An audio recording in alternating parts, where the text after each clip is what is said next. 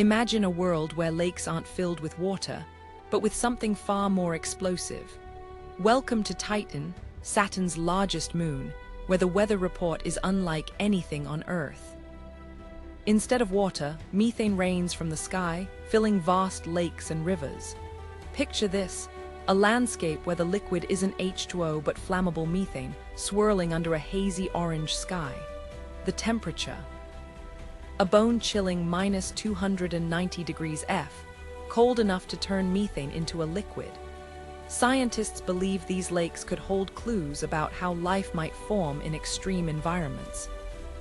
Some even speculate about exotic, methane-based life forms lurking beneath the surface.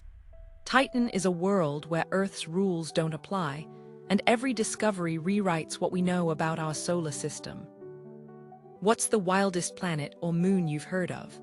Drop your answer below and follow Nature Unlocked for more cosmic wonders.